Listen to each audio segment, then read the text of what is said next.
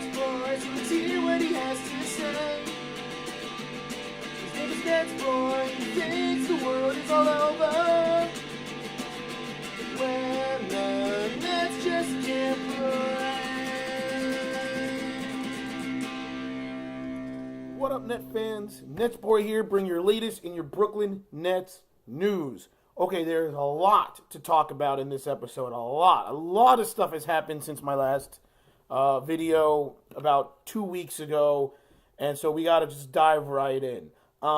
Let's start off, obviously, with the summary of a whole of this team the last 6 games. It's been 6 games since the last episode, and really, the Nets played the best I feel like they really could have played. They went 4-2 the last 6 games with only losses to the Celtics in Boston and most recently the Spurs in San Antonio. You know, the bat game with the bats flying around. And you know what? I'm content. I'm ecstatic. Actually, I'm not content. I'm thrilled about that performance because they beat the teams that they should be beating. And that's the biggest difference about this team, which I'll go into later on. They beat the Bulls, they beat the Knicks, they beat the Kings, and they beat the Magic. Twice, actually. So the Nets continue to beat the teams that they should be beating. And that is the reason why they are currently the 6th seed and, are currently, 28-25 and just continuing to build from there. Obviously, the biggest reason as well that I'm ecstatic at where they are is the devastating news about Spencer Dinwiddie. That actually happened about a couple games ago. But I was gonna try to do a video about that, but things happen, and NetsBoy's always super busy with other important yet unknown activities, and I didn't have a chance to go over that video. But either way, they still managed to win against the Knicks without Spencer Dinwiddie and the Bulls. So they're 2-2 without Dinwiddie. Obviously, that's a huge blow, but I think it's the right decision moving forward. Dinwiddie having the surgery now for the thumb. He should be back come around the end of March, which is going to be good because that gives him about, I don't want to assume the Nets are going to make the playoffs at this point, but it's kind of safe. It's a good feeling. Like you feel good about their chance of making the playoffs, even without Dinwiddie. So hopefully the idea is Dinwiddie gets the surgery. He comes back towards the end of March. He plays the last 3 weeks of the season to get back into game shape. And then come playoff time, he's back 100% and ready to go. And obviously that's the same idea with Caris LeVert, who there's still no timetable, but he's still probably going to come back around the same time, maybe a little bit sooner, towards the end of February. So I think the idea is, all right, let's just tread water now as the Nets. I think, like I said, the expectation is obviously for them to make the playoffs, but I think the idea is let's get healthy. Let's tread water with this team. Let's be about 500, moving forward the next couple of games. Let's get LeVert back. Let's get him established, get him back in the flow of things towards the end of the month, and then let's get Dinwiddie back. And then come playoff time, the Nets will probably be anywhere between the 6th and 8th seed. I personally don't think the Nets are going to be higher than the 6th seed. I know they show glimpses, but with Dinwiddie out for, at least another month, and Caris LeVert not going to be back for at least a couple weeks, I don't think this team has the ability to jump any of the 5 teams above them. I know the Pacers no longer have Oladipo. He's out for the year, so expect them to slide a little bit, but they're still a very good, deep team as well. So I wouldn't, and also don't be surprised if they don't, they might make a move to try to get a shooting guard come the trade deadline. So I don't think the Nets are going to be able to jump any of the teams above them. I think the 6th seed is probably where they're going to be. Maybe the 7th seed without Dinwiddie because they got some tough games. They're probably going to lose a couple. But I do expect them to make the playoffs. So the idea is let's make the playoffs with a full, healthy roster and then make some noise. That being said, the trade deadline is right around the corner. And not this video, but my next week's video is going to be some trades that I think the Nets should make or consider. So I'm not really going to go too much into that now, but there's some things the Nets should and should not do, come this trade deadline, which I will go over in the next video. But yeah, so the team's looking good. They're treading water. Dinwiddie's out for, 4 to 6 weeks. Torn ligaments in his hand and his thumb, surgery, all that stuff. But then obviously, so now the big news, of course, the big thing is obviously, Deangelo Russell. This is D'Angelo's team. It always has been. And now there's more emphasis on it more than ever with both Dinwiddie and LeVert out.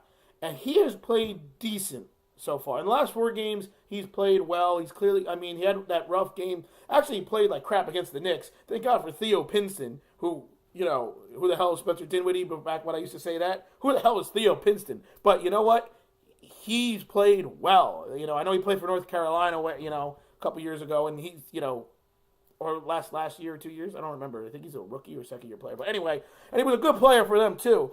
But, you know, great performance against the Knicks for Pinson. And, we know that Mitch Creek got a 10-day contract, and he was contributing and all this stuff. Very interesting. Nets need some depth. Nets just need to get healthy. You know, Allen Crabbe is still hurt. Rondae Hollis-Jefferson is always banged up. Like, it seems like every time he plays, he gets a new little small injury. Obviously Jared Dudley with the hamstring, but who the hell cares? Look, Jared Dudley, don't rush back. That's all I gotta say. Yes, you're a good veteran. Yes, you make big plays here and there, but whatever. I don't care about Dudley. Musa is still out as well. He's somebody I'm dying to see. Is anyone else dying to see Musa? Like thinking like what is this guy? Like, we've barely seen him. Like, is he actually good? Could he be great? Could he be another kid? Like, I want to see him. He's still out, you know. So the team's still very much so banged up, trying to get fully healthy. Overall, though, they're still doing well. 28 and 25. You know, at the end of the day, they are in the playoffs, and they are the 6th seed, and they're playing well. Obviously, Deangelo Russell is the focus point now moving forward. And obviously, the big news that just got released on Friday is that Deangelo Russell will be replacing Victor Oladipo as an all-star. So congratulations, Deangelo. Personally, slap in the face that he wasn't even made the original reserves. I think that was, a little disrespectful. I understand a lot of the players that made it, they do deserve it, and it's kind of, I guess the argument is who would really he have replaced originally, because, that's up for debate. Personally, I actually think Kyle Lowry would be the guy that I would replace, and I understand, actually, maybe Bradley Beal, to be honest. No, I understand Kyle Lowry is on, the Raptors, which is one of the best teams in the Eastern Conference, and he is such a key player to that team. But I don't know if he's really an all-star anymore. I think he's a good player, and he's a pivotal player. Don't get me wrong. I'm trying not to try to discredit Kyle Lowry at all, because if you remove Kyle Lowry from the Raptors, that team's going to not be nearly as good. But I don't know if he's an all-star caliber player anymore, but he is a really good player. But maybe Bradley Beal's the guy that perhaps shouldn't have been there, though his numbers are really good this year as well. But, the Wizards have looked bad, and John Wall, I don't know. I guess that's why, actually, I'll tell you that Blake Griffin's the one who really shouldn't be on there, but I could go through a whole long rant of why Blake Griffin shouldn't be in the freaking All-Star game or why he's the most overrated player in the history of basketball. I really do believe that, but that's not for this video. Well, not the history of basketball. Dwight Howard's the most overrated player in the history of basketball, but Blake Griffin is probably one of the most overrated players in the NBA today, but I'm not going into that. So maybe in my argument, keep Blake Griffin off that, because, his damn team can't even, he's a 9 seed right now. Anyway, Deangelo Russell, I feel like should have been one of the original reserves. Didn't make it, but once again, a great job by Adam Silver. He always seems to make the right decisions, and he picked Deangelo Russell to replace Victor Oladipo on the All-Star team. And you know what? It made the most sense. Other players like Drew Bledsoe and Drew Bledsoe. Yes, Drew Bledsoe. Eric Bledsoe. Drew Bledsoe was going to make the All-Star team ahead of Deangelo Russell. Knowing the Nets' respect, possibly. No, Eric Bledsoe and obviously Jimmy Butler were other people they thought. I'm glad Jimmy Butler didn't make it. Because, first of all, he started the year in the Western Conference. Second of all, he ain't that special either. Talk about another overrated player. The only thing that makes Jimmy Butler really good is he makes clutch shots. And that's why everyone loves Jimmy Butler, because he makes clutch shots and he's a good two-way player. But not going about overrated, underrated. But overall, he made the All-Star team, and he's deserving. He's averaging over 19 points a game, over 6 assists, averaging over 23 and 7 the last 15 games. He is the best player on the Nets. Even, you can make an argument with Dinwiddie and LeVert, but I still think talent-wise he's the best. He's just inconsistent. But we're seeing how important he is. I will tell you this right now. If Deangelo Russell gets hurt without Dinwiddie or LeVert, even if Dinwiddie and LeVert were playing, this team would struggle because he's still the main orchestrator and the main guy on the team when it comes to playmaking. Yes, Dinwiddie and LeVert were both good at that as well. But I think Russell overall skill set is like, it's tough to say though, because Dinwiddie, it's tough to say who's really the best of them, but I think that talent-wise, obviously Russell's the best.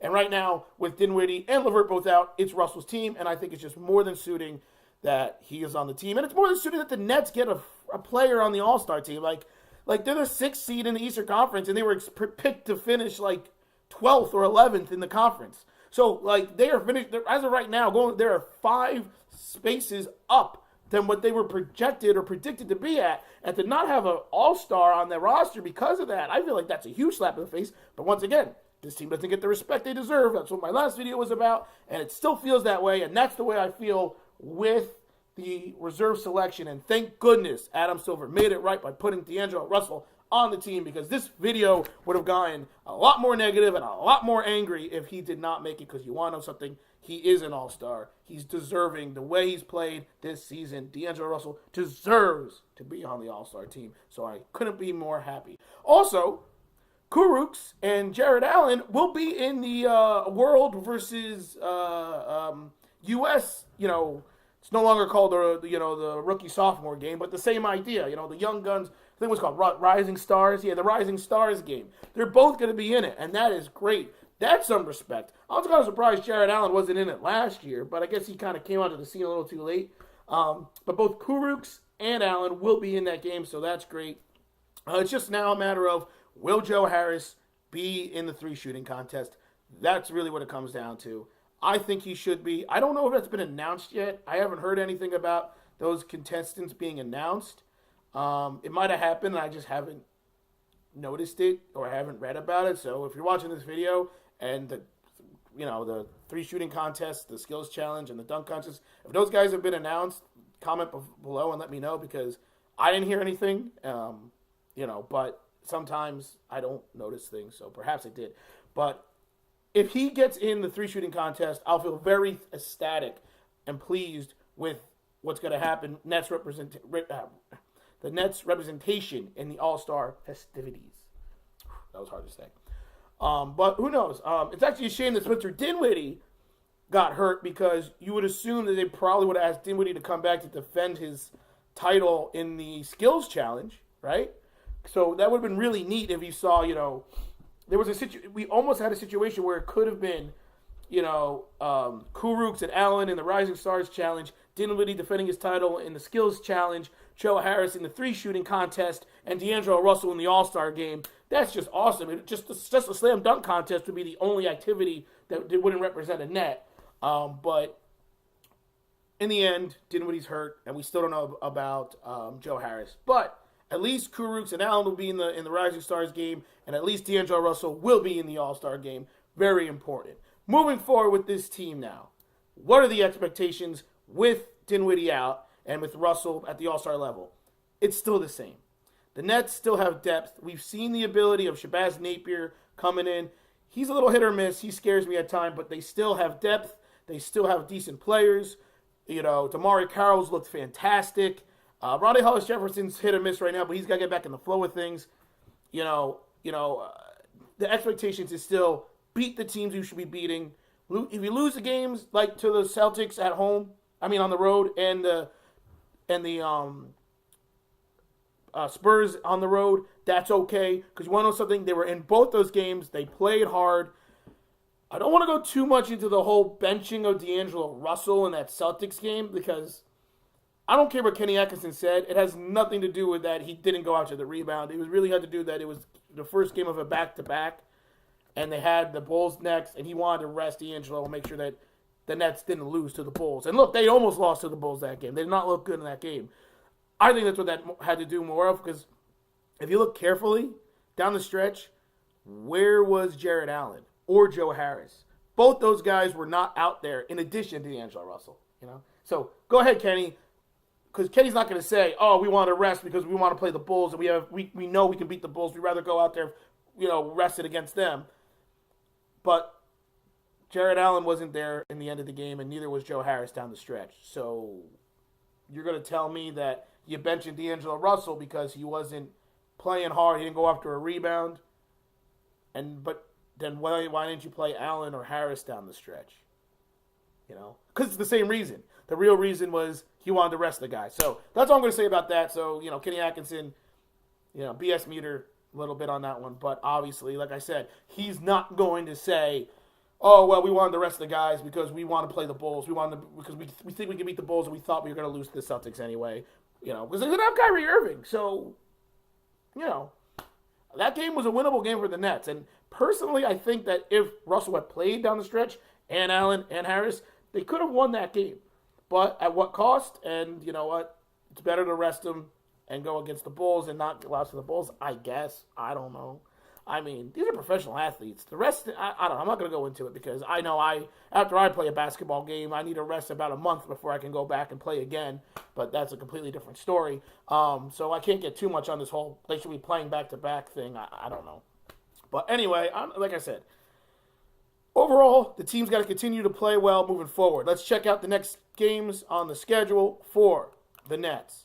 So, game on Saturday against the Magic again. Look, I don't know if they can keep up beating the Magic. They've beat them already 3 times this season. Or, no, 2 times this season. I think that's the finale game against them. Every game has been relatively close. We'll see what happens this last time around, but they've got to win. Like I said, they've got to beat the teams that they are better than, and the Magic are one of them. So it's a road game. It's going to be very tough, but they've got to win that game. Then they got the Bucks at home. Brook Lopez will be coming back. Really tough game. Bucks are one of the best teams in the NBA right now. That's going to be a tough game. Then they have the surprise Nuggets, which are also one of the best teams in the NBA right now. At home, and then they have the Bulls at home. So the next 4 games, it's pivotal they beat the Magic and they beat the Bulls. They lose to the Bucks or they lose to the Nuggets, it is what it is, because those are 2 of the best teams in the NBA. But that means you've got to beat the Magic and the Bulls. Those 2 games you have to win, because without Dinwiddie, without LeVert, Nuggets, Bucks, tough games. But they're both home games, so maybe they can steal one of them. And then after that, they have the Raptors in Toronto. I mean, come on now. We already know how good they are, even though the Nets did beat them once before. Then they have the Celtics on the road. So, once again, the next 6 games, they're 3-3 is what I'm going to expect the next 6 games. But it is crucial that they beat the Celtics. Excuse me. I said Celtics as well. The Cavs. The Cavaliers. It's key that they beat the Cavs, the Bulls, and the Magic next. Because you don't know what's going to happen against the other 3 teams that are one of the better teams in the league. And that's what they have to do if they want to tread water until LeVert comes back and Dinwiddie comes back. You got to play 500 ball moving forward. So there you have it. Long episode, and like anticipated, a lot to go over. Let me know what you guys think. Let me know how you feel about Deangelo Russell being an all-star. If you, like me, feel like he should have been there from the beginning and should have not been the add-on because of injury to Oladipo. Let me know what you think is going to happen moving forward with this team. And keep your eyes open. My next episode will be about the trade deadline and moves that I think the Nets could make. Obviously, I didn't talk anything about Porzingis. This is NetsBoy. Maybe I should talk about the Knicks occasionally. I don't know. I do have an opinion about the Porzingis trade with the Knicks. I'm not really going to go into that. If you want to know my opinion, go ahead and comment below. And maybe I'll start off the next episode for like a 2-minute opinion on what I thought about that trade, because I have a slightly different opinion of it, but, than popular opinion, but we'll see. We'll see. So let me know. Keep your eyes open for the next NetsBoy episode, and until then, this is NetsBoy signing off.